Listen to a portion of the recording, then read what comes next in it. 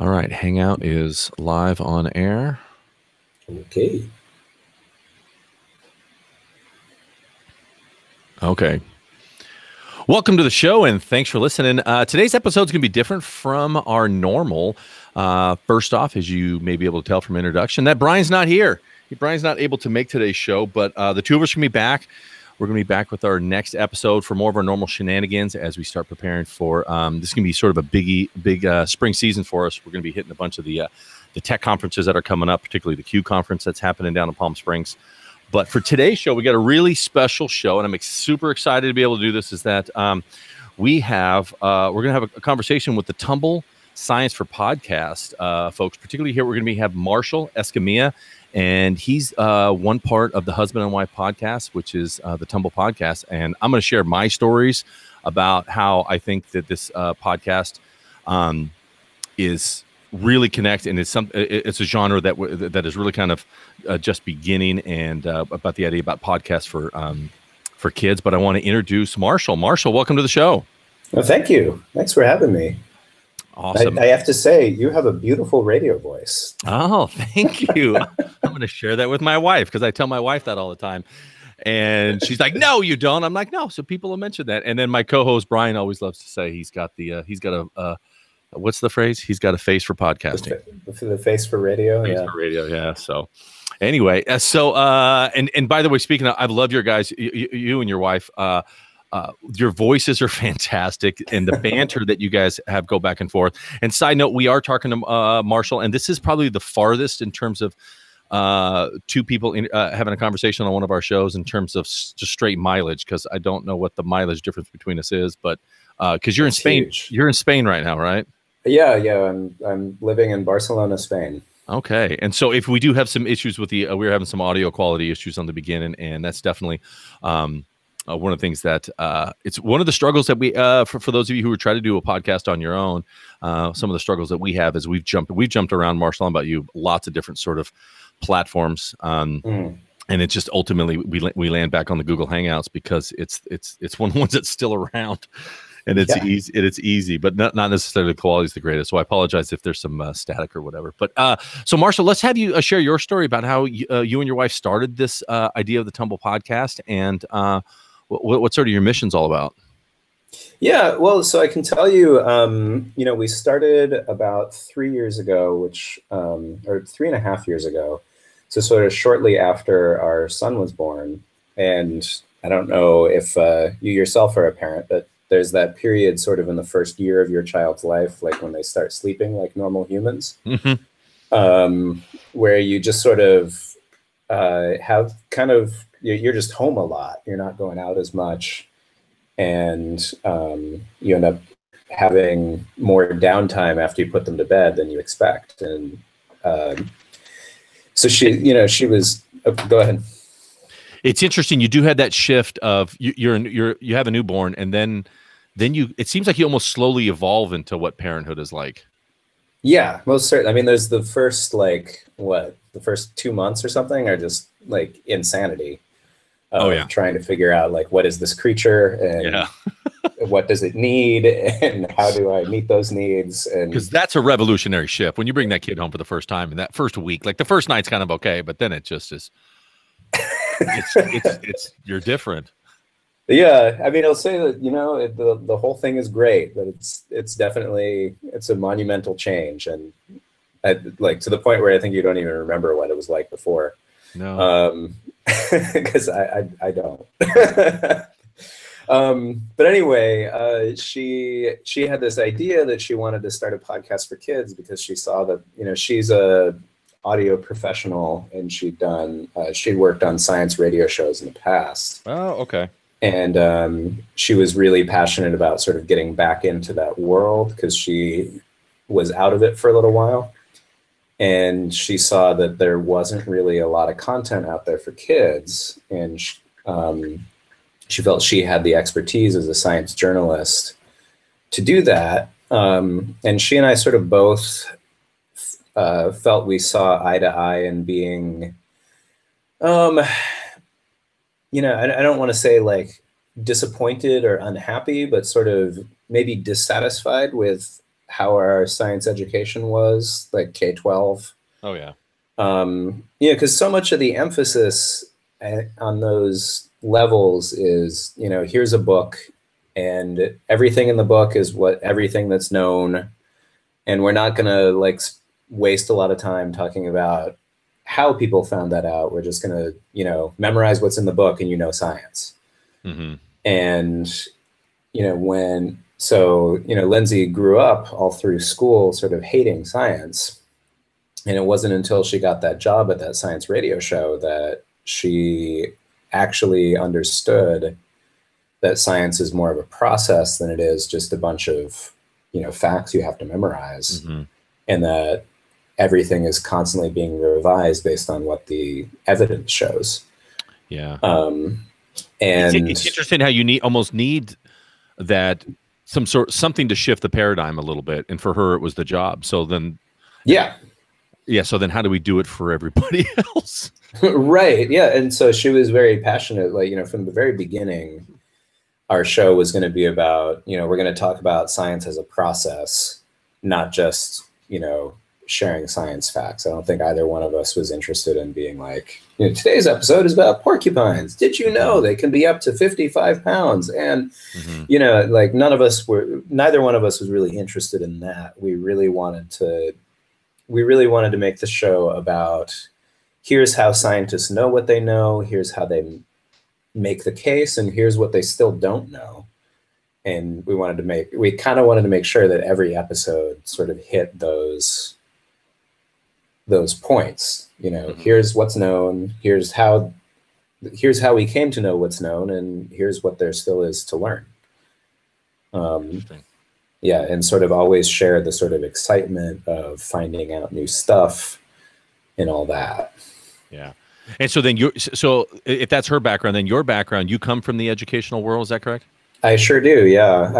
I actually started teaching at a small private school in Austin. Pretty much like, I started my career at the same time the school started. So I started as actually the math teacher at the school when I was 23, and then gradually migrated over to music as, when I started, everybody had to have an elective as well as their main subjects that they taught. And eventually the elective just became my job.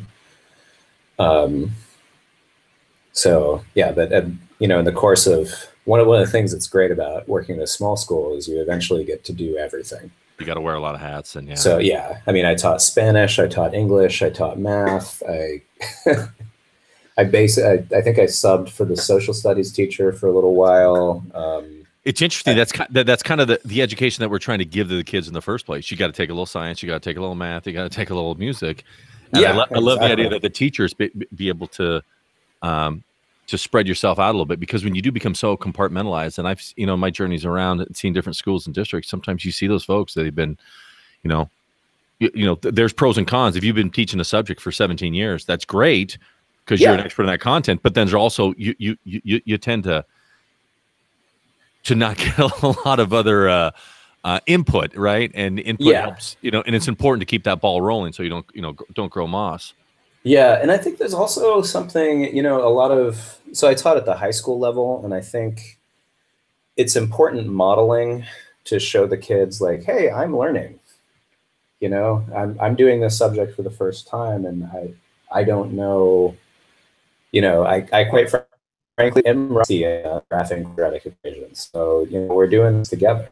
Mm-hmm. And I think, kids can really benefit from observing the process of learning, as long as you're, as long as you have your teaching chops down, Yeah. Like I think that could go really disastrously if you're not super confident in like classroom management and stuff like that. But I think once you have, but you learn from that for sure. Yeah. Interesting. Yeah, surely. Awesome. Okay, so the show is called Tumble, and as I listened, my quick story, and I've shared this in earlier episodes too. If people have heard this, I apologize, but I'm in audio. I love everything audio. I grew up listening to old time radio in the car on the way home from my parents. We listened to old 1940s, 50s, those old stories, and then that migrated into audiobooks. And then when podcasting came around, I thought, what a fantastic thing. And then and mostly listened for myself. I listened to become, like, when I started to become an AP history teacher, I had no business teaching advanced placement. So I listened to podcasts from a college professor. I'm like, oh my gosh, okay, now I get it. So then when I have, now that I have kids, my kids are older. I have right now I have a daughter in 8th grade and a junior. And it was about a year and a half ago is when we stumbled into Tumble. Is my youngest one. You know, you're shuttling around. I'm assuming I'm probably like many of your listeners, is that we want something to listen, and we, and you have conversations. Those conversations you have with your kids in the car are so valuable. And I'm almost fearing that I only have 2 years left of that. And, because she's in 8th grade. And yeah, it's a challenge because I got to go from singing to this, and even planning, my afternoon today. It's like, oh gosh, where do I got to go and who's got to deliver? But I know I'm going to miss those. And when we got into the Tumble podcast, we now have short. I mean, the time frame of your episodes are great because it's just amount of time almost to get to soccer practice or get to singing and have a little bit of time to be able to have some conversations. And I remember we'd pull up into one of the things that we would need, we'd get to, and you'd be there a few minutes early. And we actually have like a little debrief where we'd get on the phone and we'd look up some of the objects. Like if we're talking about Mars, we can look up some pictures of Mars, or we're looking at a picture of some of the bats that you guys are talking about. And so, that's how I stumbled into it. And but I wanted to ask you about the name Tumble, because I'm looking, as I'm doing some research for the show, I found the quote that you guys have from Emerson. Is that where you guys get the name for the show from? Yeah, it is. I mean, should I read the quote? Or? Yeah, read the quote there, because I love that. So, all life is an experiment. The more experiments you make, the better. What if they are a little coarse and you may get your quote soiled or torn? What if you do fail and get fairly rolled in the dirt once or twice? Up again, you shall never be so afraid of a tumble. And that's really that's where the whole thing came from. And because that quote, I think, really exemplifies the sort of spirit that we wanted to do the show in, and that we wanted to communicate to kids, is the important thing about science is, people just experiment. And experimenting is the key to learning. Yeah, and we see that same interesting. I've not seen that quote before until I saw you have it here. But in the world of sort of ed reform and ed tech, you hear this a lot, and it's often referred to as fail forward, and even the acronym FAIL, first attempt in learning. And to be able to see that that was sort of the motivation for you guys putting all this together is pretty inspiring. Oh, I mean, most certainly. I think as an educator, I think, I grew up in a, high pressure, affluent school district. And there was just a culture of fear of failure, I think, at least as a kid. And I really felt like, it took me becoming a teacher actually to figure out, like, oh yeah, failing is the only way you get better. Yeah. And,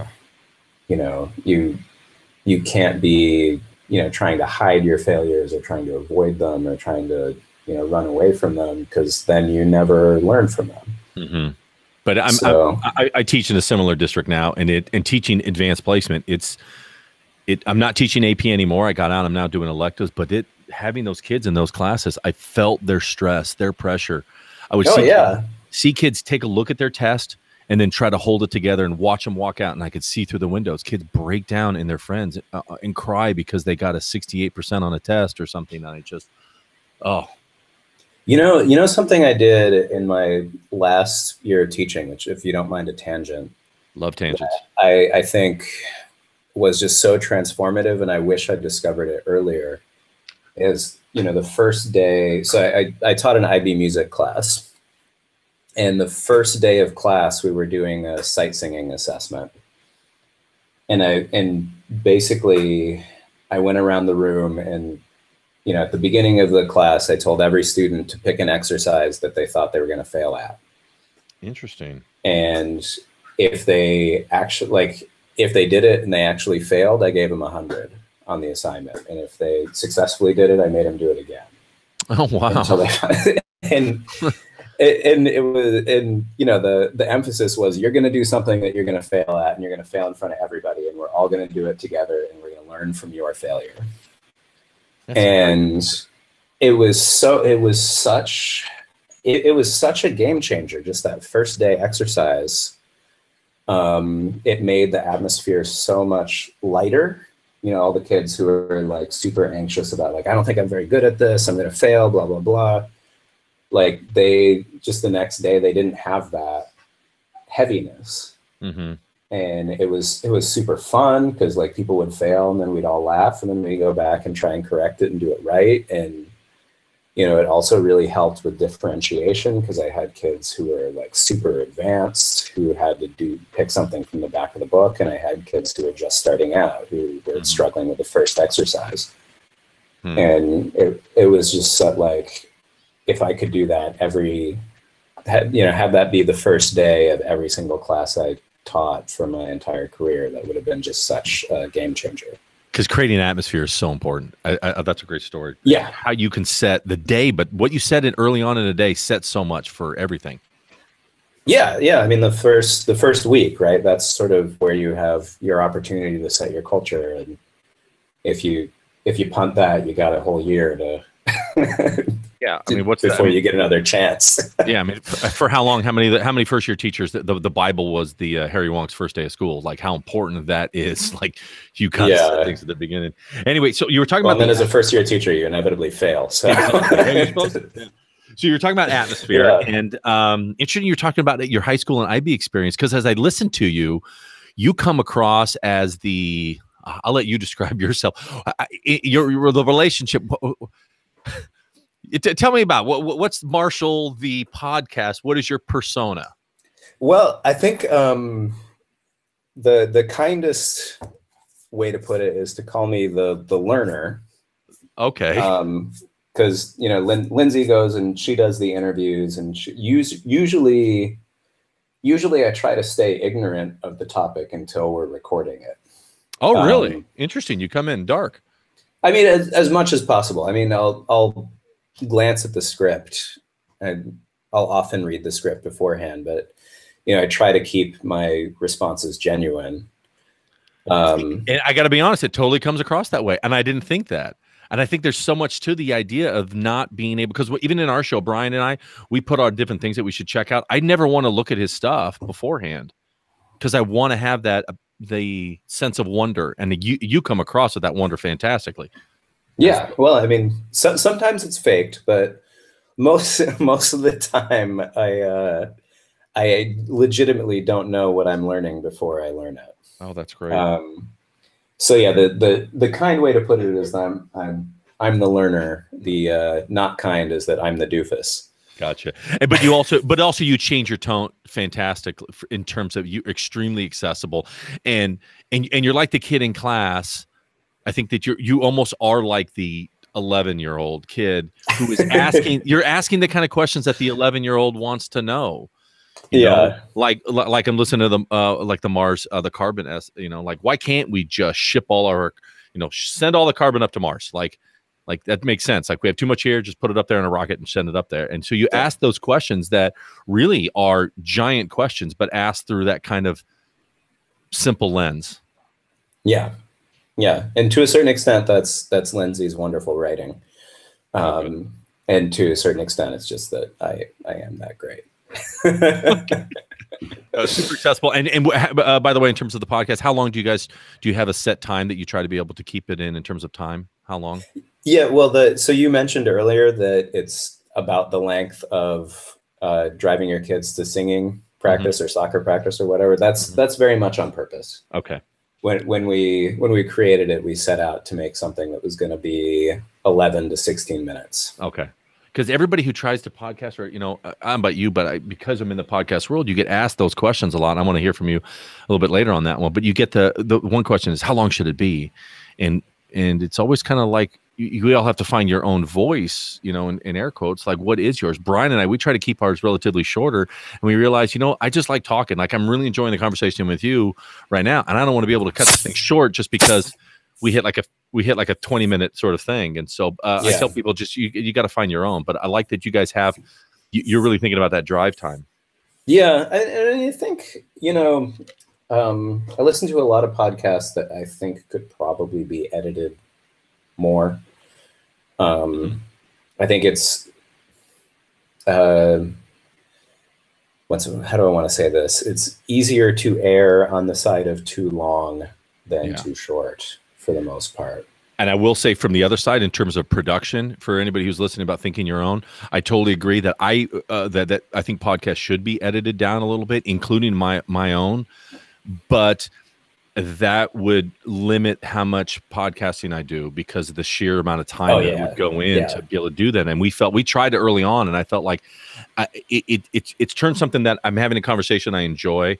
And if I spend any more time than really I need to, then then it's going to be then it's work, and it's not necessarily really. It's going to be a deterrent for me making more. Yeah, no, I mean that totally makes sense. I think we spend a lot of time on the editing process. I would say, all of the scripts are edited once before we even record them. Mm-hmm. And then Lindsay cuts them together, and then that cut is then edited. And as many as like 4 to 5 times. Oh, wow. We sat down and kind of like tried to figure out how much time we spent on a single episode, and it's somewhere between 30 and 40 man hours per episode. Oh, so really? Wow. Like to have it be as highly edited and produced as something we do, that takes a lot of time. And for those of you who are listening, and we're talking a little more about the podcasting thing, but that is, you guys are a professional podcast, and it is polished, and you totally can tell. And I think that I finding myself more and more, I listen to a lot of podcasts. I'm finding myself spending more and more time listening to the professional polished ones. Yeah. I mean, there's a reason it's better. It's not. So for those of you who are still listening, thanks a lot. Mine's not polished, but it is.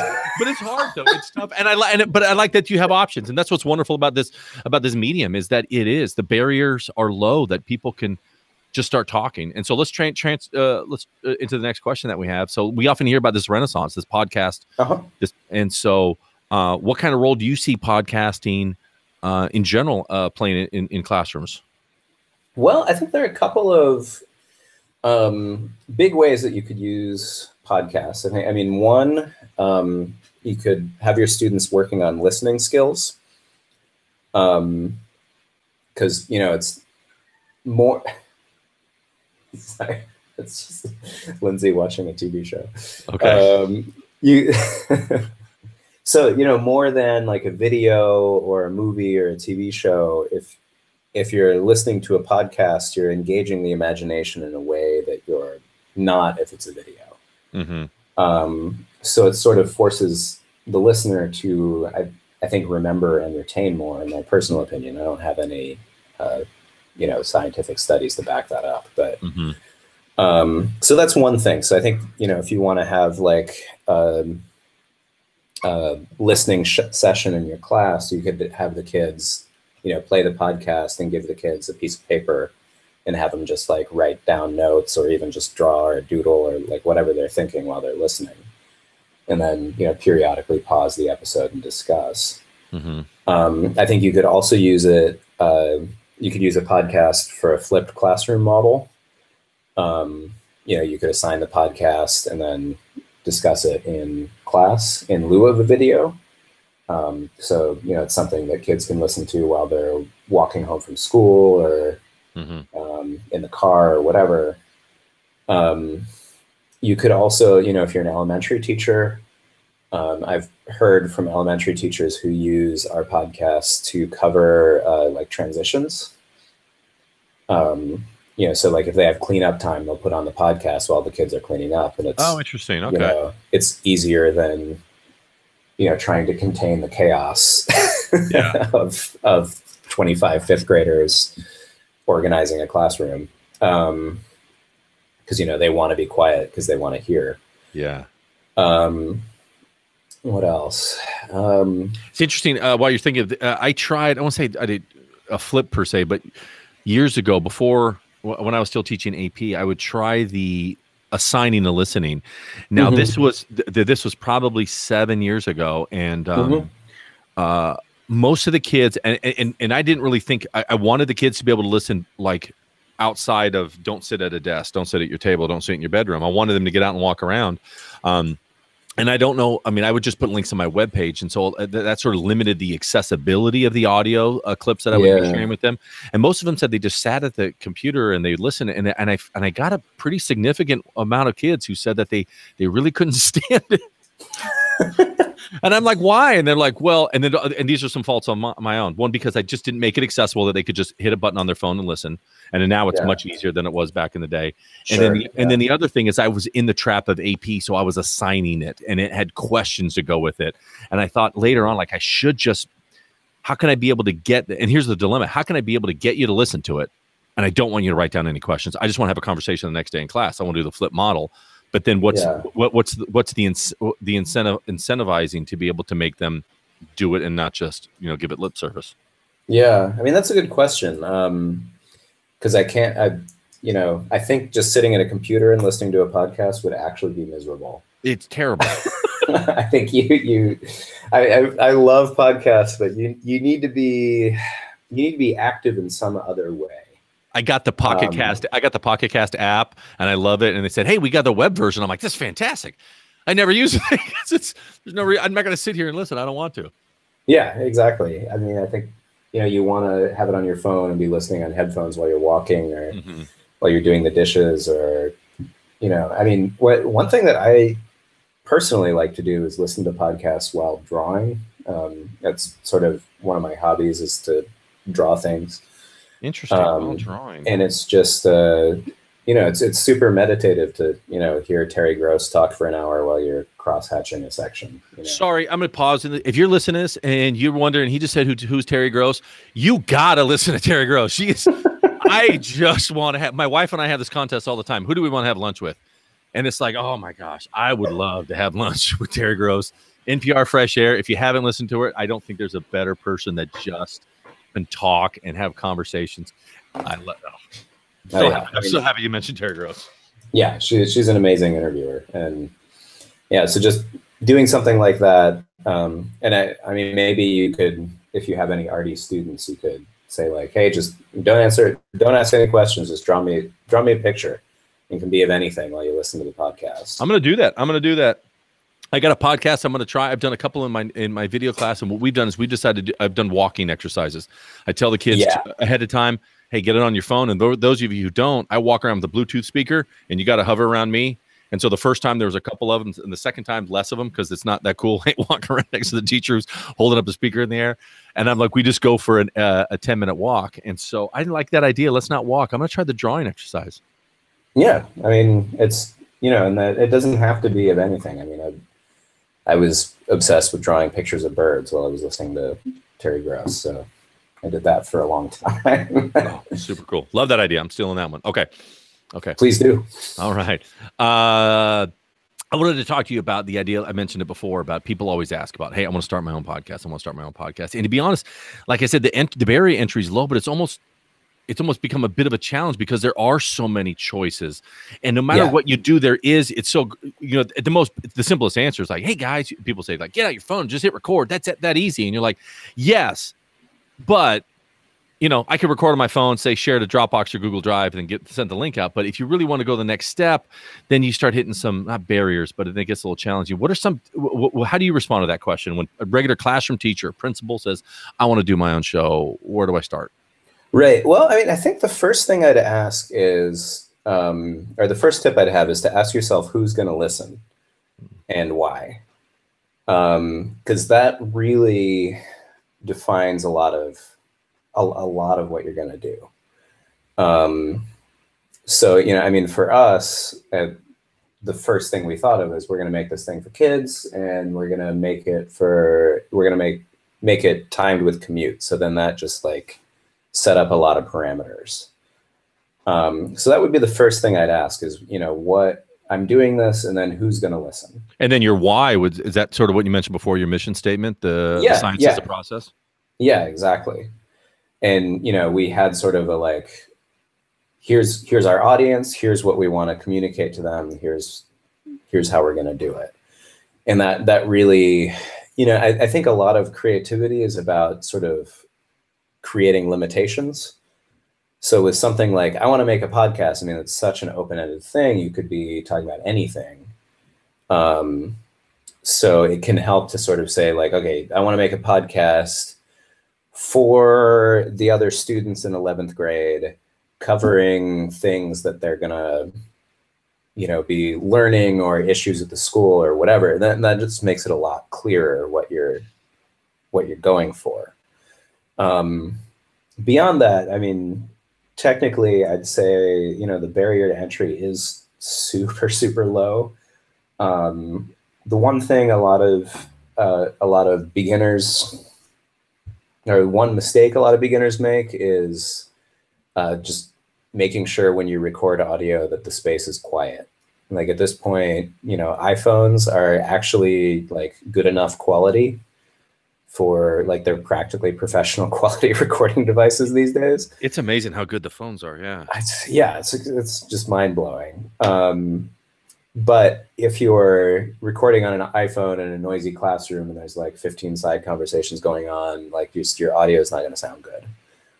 So just making sure you're doing it in a quiet enough space where there's not a lot of background noise or, what a lot of professional like NPR people do is record everything they record in like coat closets if they're on the road.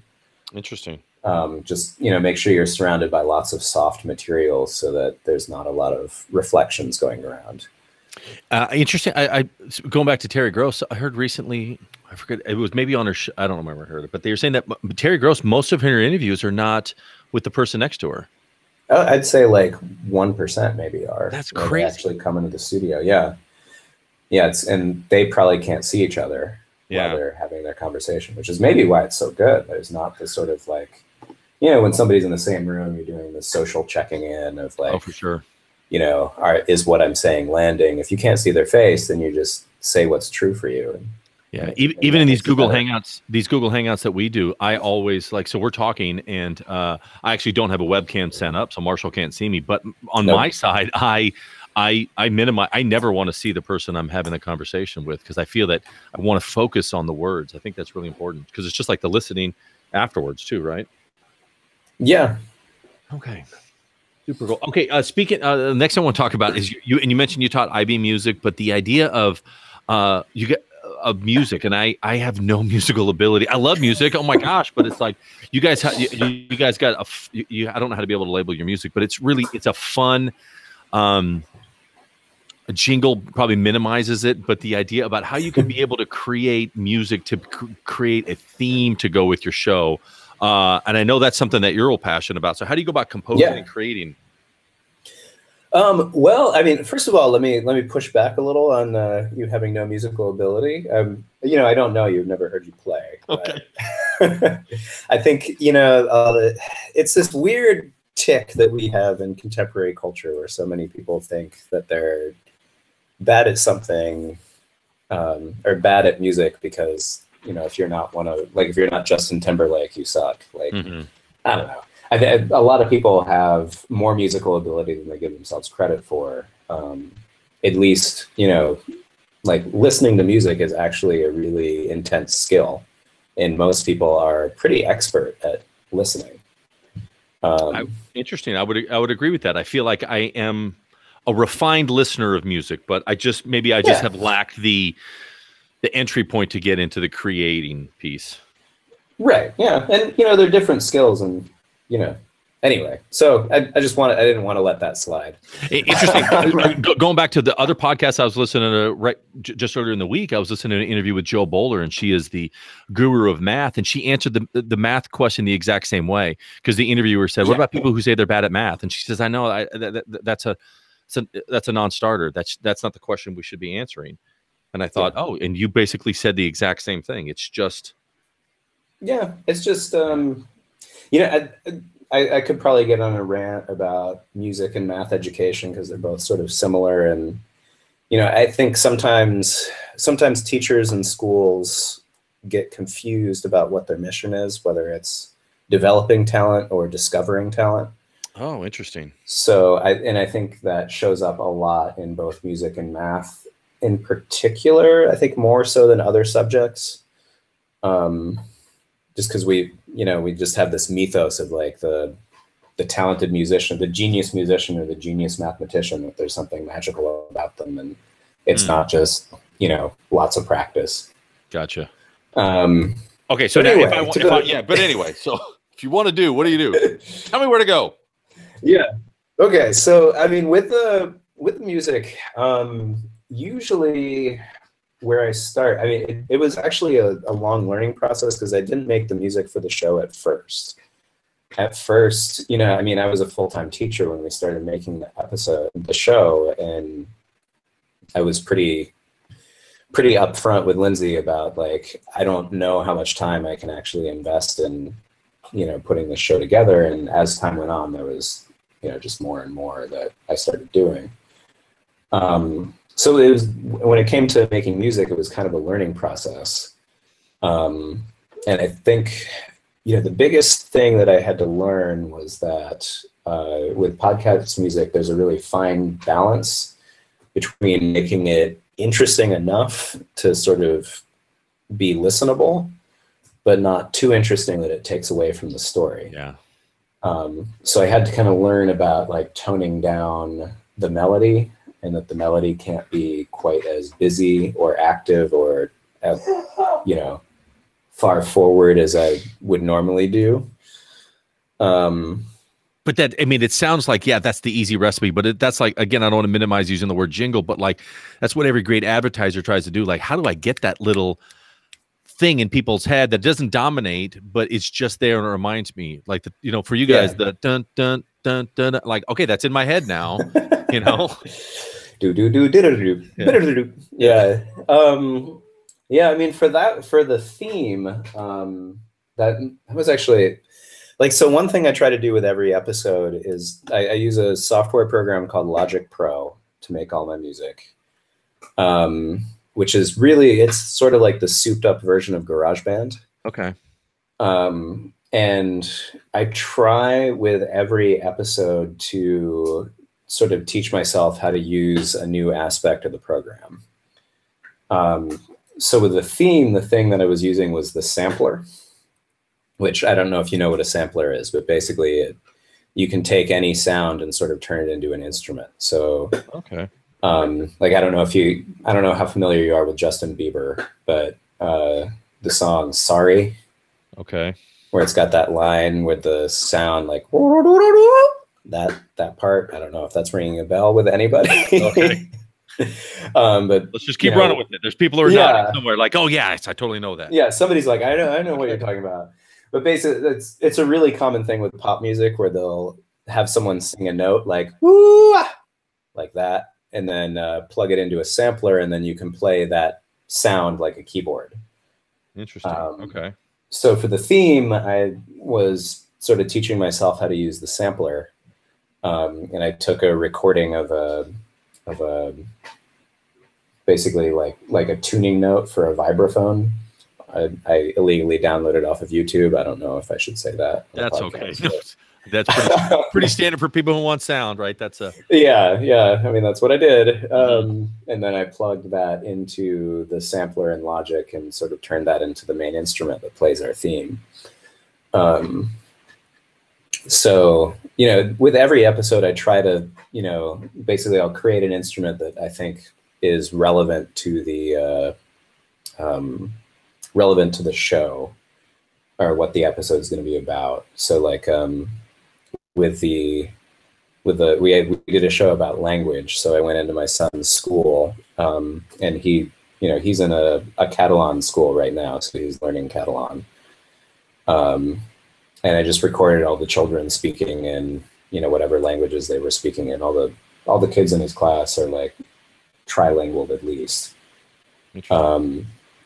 Yeah, so I just recorded them and then, you know, plugged them into a sampler and made a little sort of like kid voice kit that I then used for the music for that episode. So and every episode I try to take some inspiration from what the show is supposed to be about and then incorporate that into music in some way. Okay, two questions, two follow-up. One is how do you record? You said you're going to the kids, and Brian and I was just talking about this the other day. Mm-hmm. Are you using your phone, or do you have a digital recorder that you take with you? Lindsay from her radio days, has a professional quality field recorder. Mm-hmm. So for that particular episode, we also wanted to get some audio to incorporate into the episode. So we just went in with a field recorder and recorded what was going on. And okay. It's what was it? I think we're using a Zoom H3, which is the field recorder model. Gotcha. And for those of you who are interested, there's the Zoom H5. Sorry, Lindsay just corrected me. Zoom and Tascam are some companies that put them out there, and there's some pretty decent ones that are pretty reasonable for regular classroom teachers if you want to be able to have something dedicated for just that. And you can use your phone. What is nice about having your own separate device is that, it's something that you can have in the classroom, and they could just, hey, this is our dedicated thing. So you're not necessarily all using the teacher phone or using the kid phone. Right. Yeah. To be able to do that. So yeah. And also the quality on the professional, like on a field recorder, is just going to be so much higher. And the one also interesting is that when you give a kid some equipment that is specific for a task, it feels a little bit more like I'm professional, or like you're doing something real. Yes. As opposed to like, hey teacher, can I use your phone? And you've got, weird texts coming up and bits of your personal life that you maybe don't want to share with your students. Yes. I decided to buy on Amazon because we do film when we interview a fair amount, and we've been struggling with the audio with our cameras, and we're like, we're scrapping the microphones right now because we're walking away sometimes with no audio. So I went and bought a bunch of plastic microphones on Amazon. I'm like, these are our microphones. We're just going to use the internal mic, but it's nice to hold and point something at somebody's face because it gives you a feeling. Yeah. Yeah. Huh. Okay. And the second follow-up I had, as you mentioned a couple times, but I like the idea that you're making yourself still a learner. You said that you want to every project that you're doing, you're going to learn something new and try to incorporate it into that. Right. Yeah. I mean, that's very much, it's, it depends also on like how close we are to deadline when I'm making the music. But I do try to, okay, this time I haven't used this particular plugin. I'm going to try to like actually learn how to make it work. And I think I'm sorry for interrupting, but go ahead and finish. No. I wasn't going to say anything important. I just think that if everybody, like when you play with tools, people, I think it's so important that great is the enemy of good. Don't constantly think that I need to get to the finished thing, but learn a new task, learn a new aspect of it. So much of the software and the tools that we use, they have so many different functionalities, and try a new one. And you're going to realize you made something better for that particular episode or that particular lesson. And trust me, you don't know when it's going to show up again, but you're going to use that again sometime in the future. Yeah. I mean, I think that's definitely true. I think one thing, when we go back and listen to our first couple of episodes of Tumble, like it's like nails on a chalkboard, Yeah. Like we put it out, and I cannot stand to listen to our first, like, I don't know, 7 episodes before we sort of started hitting our stride. Mm-hmm. And but that's just sort of part of it. I'm sure 7 years from now I'll be like, oh my God, I can't believe I was such an amateur and this or that. And that's just, I think, with most things, it's just sort of having the audacity to say like, okay, we're going to do it. And then forcing yourself to call it done at some point. Cause I think it's very easy to just like constantly be tweaking. And, one thing I've loved about, for me as a musician anyway, our production schedule requires me to make 6 new pieces of music every 2 weeks. Oh, wow. And it's on a deadline. I have to do it. And it's a nice discipline to have to sort of combat perfectionism. Interesting. Okay, and so you mentioned before about using Logic Pro, which I'm not familiar with. I'm a PC guy, but you said it is it's a level up from GarageBand. So a lot of folks who are just trying to start and play with audio, is there an app for that? So would you say GarageBand is the app for that? For people Most definitely. Most definitely. I'd say, I mean, GarageBand, Audacity. The thing is, so in the world of the pros, we call them DAWs, DAWs, digital audio workstations. And they're basically all like functionally all the same. There's like mild differences from one to the next, but Audacity isn't that different from Pro Tools, isn't that different from Logic Pro.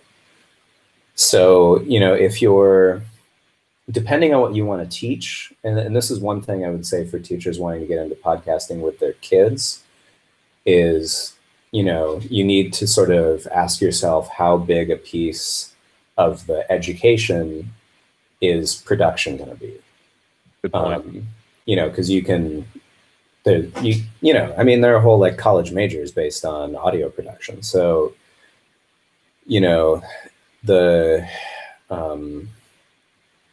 I can't even remember what I was going to say.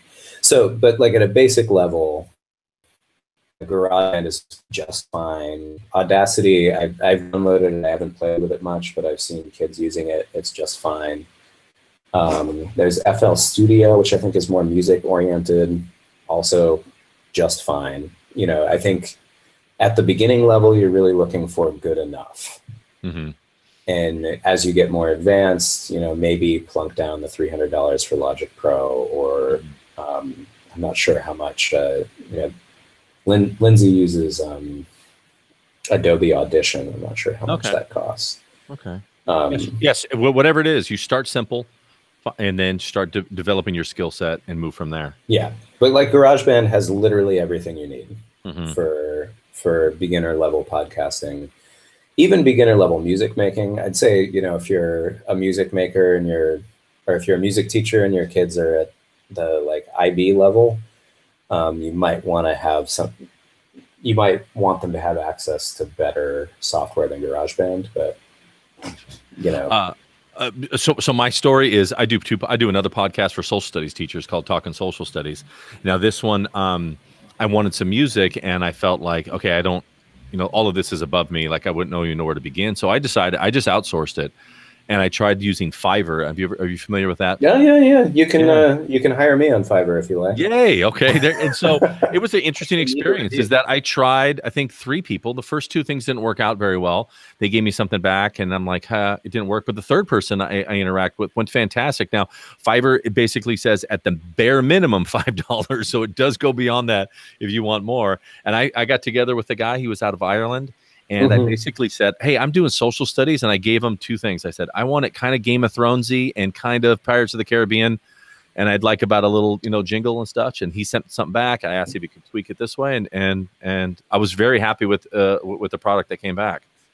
Well, it's good to know that some people are making money on Fiverr. I just signed up like a little bit ago. So all right. So kind of on a lark. So it's FIVERR, right? Yeah. Gotcha. And how do we find you on Fiverr? Oh God! Well, let me see if I don't know if I remember. I'm gonna have to type. But yeah, so it's interesting if you want to be able to kind of outsource it out, and they do everything too. I mean, I know some other people in the business world who use it because you can get you need people who need to do some basic, Yeah. I'm output kind of stuff. Yeah, I'm M. Escamilla 1980. I don't have any. Nobody's hired me yet. So yes, we're gonna get some. If one of your listeners wants a great theme for their podcast, I'll do it for cheap, and and it'll be great. Okay, so let's go back to the podcast here. So, what can there's some people who are probably listening for the first time. What can they expect when they go listen, and also returners? What's new in the world of Tumble coming towards us? Well, so this week we're actually working on a mailbag episode. So normally each of our episodes is one kid question, and then we go find a scientist and ask them not only to answer the question, but also to talk about how the answer was discovered. So this week we're going to do 5 kid questions and kind of more just straight up answer and say as much about the discovery process as we have time for. But before you jump forward about future stuff, how are you how are you getting kid questions? Because it seems like you must be getting a fair amount, right? We get a few. It kind of comes in as a trickle. It's like 2 or 3 a day, give or take. And sometimes we go out in public, like to schools or events, and sort of record kid questions. It's been a little. We haven't really done that since we moved to Spain. And if anybody listening has their own children, their own classes, and they want their kids, let's say their 5th grade class, to send in, how do they do that? Well, there are a couple of ways. You can either email us at tumblepodcast@gmail.com or go to our website, which is tumblepodcast.com, I believe, or sciencepodcastforkids.com. And we have a contact form on the website, and you can attach. We really like it if you send audio of the kids asking the questions. So it is really nice when you hear that kid ask the question. It really, yeah. I'm feeling like that child. I want to be able to know about, Yeah, and it's great. And we really just love getting questions, even if we don't use them for episodes.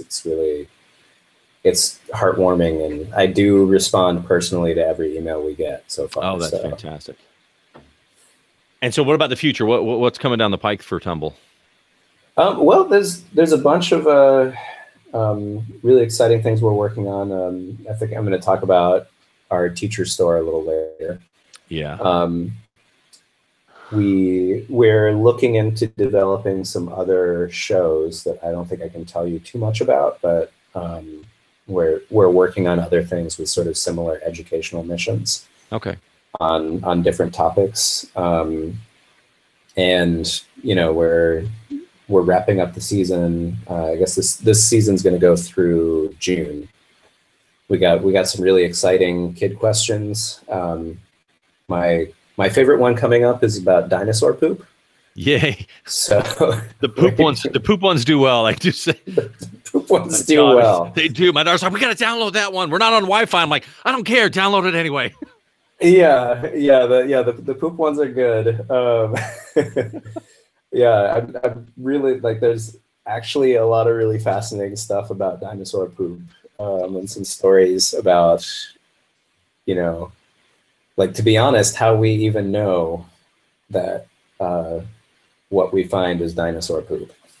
Oh, even in the first place. Okay. So yeah, because I mean, it's not obvious. Okay. So you said you're stopping in June. Is that like a summer break you guys are doing? Yeah, well, we take breaks occasionally. This past summer, we took, I think, a 6 or 8 week break around the summer, partially because we moved internationally this summer, so that was a big deal. We didn't want to have to be worrying about our production schedule while we were moving. But yeah, every summer we take a few weeks off and either broadcast reruns or just take a break from the feed for a little bit. It's interesting, and that's just that standard. You'll see that for those of you listening to other podcasts. That, I mean, the podcasting cycle kind of runs the same as the regular ed world in terms of having those that time period off. Now also it could be a challenge at times, because for me, like as an audio junkie, like that's more time where I have to listen to things, and so I try to do deep dive more into audiobooks during the summer then. Yeah, I mean, that's one thing, where I think we set our 2018 schedule all the way through December, but we did talk about taking less of a break this summer, just because so many of our listeners, like, we just have huge spikes in listenership over the summer. Oh, interesting. Because that's when people are going on the road trips and binge listening, and so. The road trip binge listening, and your guys' show really lends itself perfect to that. You listen to one, hey, take a break, then you talk about it. And that's one of the things too, for those of you who are listening with your own children, like, take moments to don't just have the kids listen to it. This is, I think, a connection that you can have with your kids. So listen together and talk about them. Yeah, no, I agree completely. Okay. All right. Well, so this show's called Check This Out. And what we like to actually do is say things we should check out. So I asked Marshall if he wanted to say what could we check out, and he's going to share his. I want to share mine out real fast. I've been crazy this last week, really kind of thinking a lot about virtual reality and augmented reality. We're going to talk more on our show in our next one, because Brian had the Google team come on out to his district, and they brought the AR, the augmented reality team out there, in which that they bring a whole set of tools.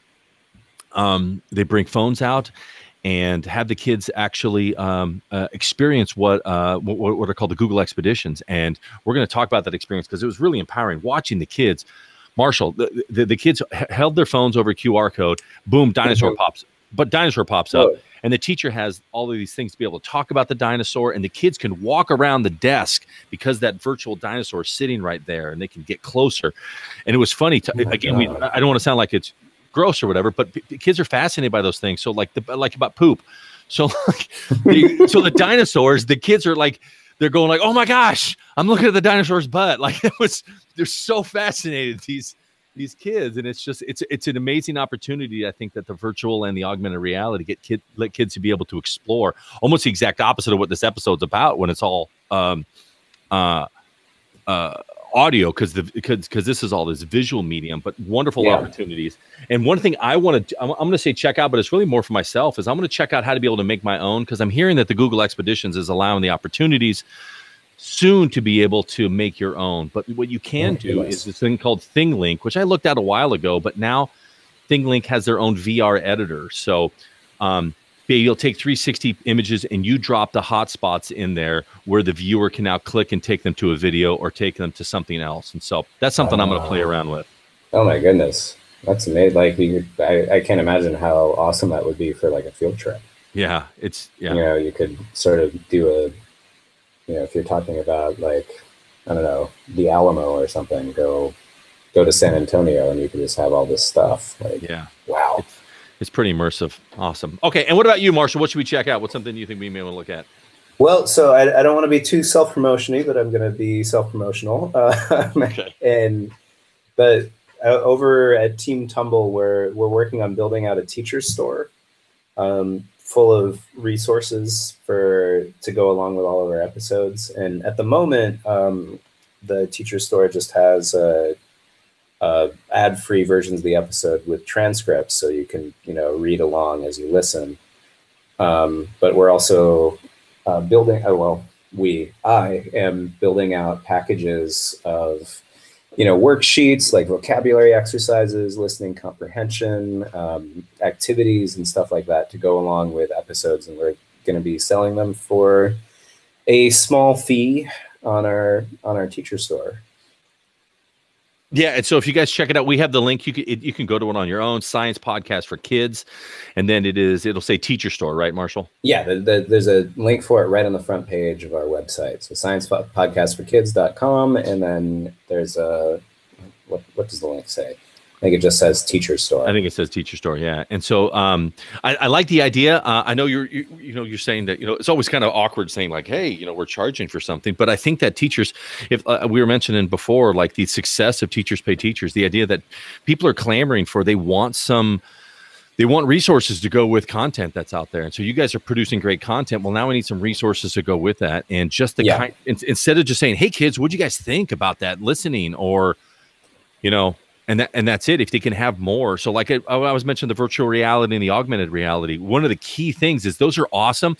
But after the wow factor, what's next? And so, what are you going to have the kids do? Yeah. And so teachers are not necessarily should be the architects of those lessons. And since you guys are the ones who are doing, you guys do a fair amount of, because you're a professional, you do the background, you do the research on it. So that's great that you guys are giving us some of those learning opportunities that we can pass on, that they can use with their kids. And part of it is making sure that our content is next generation science standards aligned. So that's at least part of the work I'm doing. Awesome. All right. So before we wrap up the show, we always like to ask ourselves or our guests what we're listening to, since we do, most of us are kind of audio junkies. What are we listening to? And I got two quick shares. One of them, even though I'm 46, I went to a concert last night, and I feel like it was in the city, so I had to drive, but I had to pick up my wife, and I thought, God, do I really want to get off the couch? Because I'm tired, and I know the show's not going to start till like 9:30. And the band was called Judah and the Lion, and when we got there, we're like, okay, and then we're like, the opening band was pretty good, and then the band came out, and I'm like, great. So it was awesome. I felt like I wasn't 46 for a while, so that was really enjoyable. Except the last half, when I thought like, God, my knees are sore. I think I'd like to sit down. Oh man, yeah, so it's nice to feel that way. It does. So I'm listening to Judah and the Lion, this sort of mix of folk and right where they got mandolins and banjos and all that sort of stuff. So that's what I'm listening to. But the other one is just you guys. I just listened to the Mission CO2 to Mars, And it's one of those things that, yeah, it's designed for kids, but I keep asking myself, we have all of this stupid stuff. We too much carbon dioxide. Just send it to space, get rid of it, or even better, like your guys' show is, why not send it to a place that needs it? Can we colonize Mars with it? Wonderful episode, and then some great answers. And oftentimes the answers are, they're not what necessarily we want to hear. Like, it's really expensive. Yeah. Spoiler alert. There's a good reason why we don't do that. We're not just going to ship it all. Like, dang it. It's a really good idea. Yeah. So much. Yeah. But it was really cool. That all came from a kid. So that was his idea, and we had to go. Our job was to, I guess, burst his bubble. But but give answers, right? Give answers. Yeah. He was a really cool kid. That's awesome. All right. And what about you? What are you listening to? Okay. Well, so one of my New Year's resolutions this year, I guess I'll do two if you don't mind. Go for it. One of my New Year's resolutions this year was to try to listen to more records, start to finish, just the whole album. Yeah. So I've been doing at least one a day, sometimes two or three. And there's something so nice about, like I turned off the Spotify autoplay feature, and so I just listened to an album from start to finish, and then when it's finished, it's finished. Mm-hmm. There's something so kind of peaceful about that. Because that's what we had to do. That was a thing. Yeah, right? Yeah, most certainly. And there's, when somebody makes an album, if it's a good one anyway, they sort of have a vision from beginning to end. Mm-hmm. You want to experience sort of the way the artist intended. Do you think that we're going? Do you think we're going back that direction? That the album is much more of a concept like it used to be? Oh, I really have no idea. I'm increasingly aware of the fact that I don't know what millennials are doing or thinking ever. It's dangerous to try too. Yeah, I can tell you, I have greatly enjoyed this sort of experiment. It's now I'm halfway into the second month of the year, and it's actually it's been having me listen to stuff that I wouldn't otherwise listen to. I may try that. I like that. I like that idea. It's just check out something new and listen from start to finish, and I learned that Leonard Cohen is very much an artist of peaks and valleys. Okay. His records, I mean, his songs, when they're amazing, they're just like mind-blowing and heartbreaking, but a lot of his records have some filler. Interesting. Okay. So that's the music piece. One podcast episode I just listened to that I think all teachers ought to listen to is the latest episode right now of Econ Talk. I forget what I'm blanking on the title of the episode, but basically it's the case against education. And he's interviewing a fellow economist who basically is making the case that education education as it currently exists is a total waste of time. And is a huge drain on the economy. And it's, there's lots of back and forth. I think it's really, I know as an educator, there was a lot of there was some challenging stuff of having to think about well, wait, is this thing actually important? Why is the way I've chosen to spend my life not a waste of time? And wow.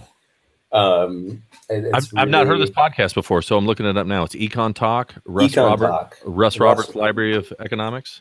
Yeah, and he's an economist, and he leans conservative, or more pro free market. Mm-hmm. I mean, I guess they'd call it neoliberalism now, but so he does have that view. It's always nice to get different viewpoints, I think. And interesting. So I'm looking this up now. So this is a deep dive. This is an hour and 11 minutes. It's called the case. Case against education. The case against education. Yeah, and I honestly haven't finished it. The first 42 minutes that I've managed to hear while cleaning up my house were incredibly provocative, and it's just an interesting discussion. All right, fantastic. Yeah. All right, I got that, and we have that. We'll have that link to the show notes, which you guys can get to our site as well too. And yeah, hey Marshall, this was so much fun. I appreciate you coming on here. And having the Yeah, thanks so much. This has been a blast, and I'd love to talk more ed topics in the future. So gotcha. Let's definitely make that happen. I'd love to be able to get Lindsay on the show, and I know Brian would love to be able to get back on here too. Because when we go out and we do our we do podcasts and stuff, and people ask us questions, and always people ask like, how do you get kids? What's out there for kids? And you're like, okay, well, first off, you got to check out the Tumble podcast, is where we 100% always send them. And then the other one is we send to the kidslisten.org with a list of all of the shows. Oh, yeah. And you guys are part of Kids Listen as well too.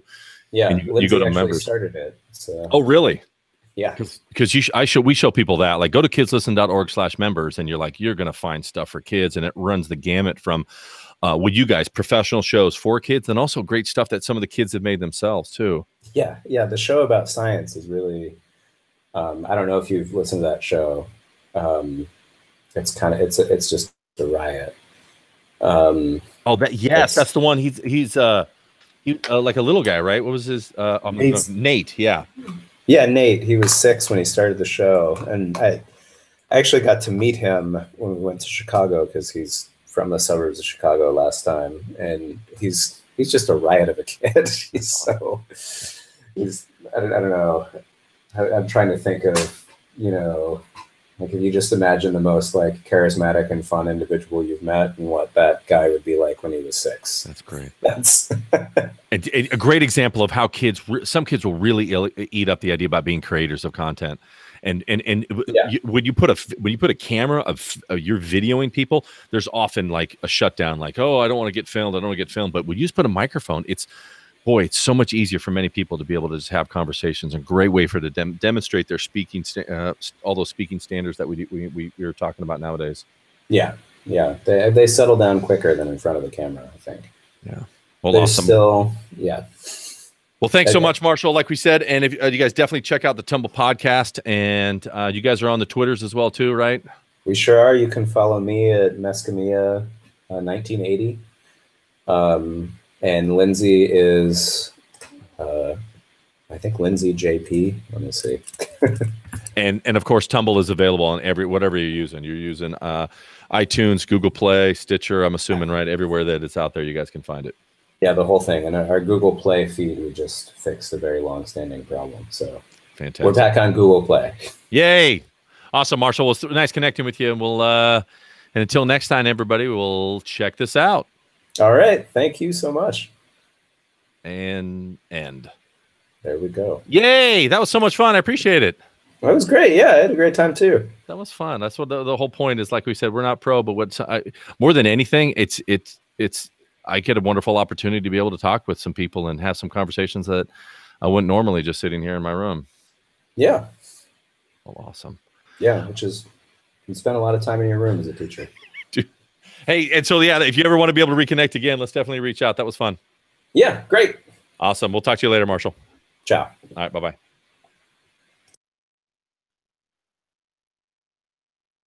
Almost done here, Shane. I got to do the intro. Hold on. Welcome to the Check This Out podcast, powered by Q, episode 77, with your hosts, Ryan O'Donnell and Brian Briggs. You're listening to episode 77 for February 15th, 2018. I'll tumble for you.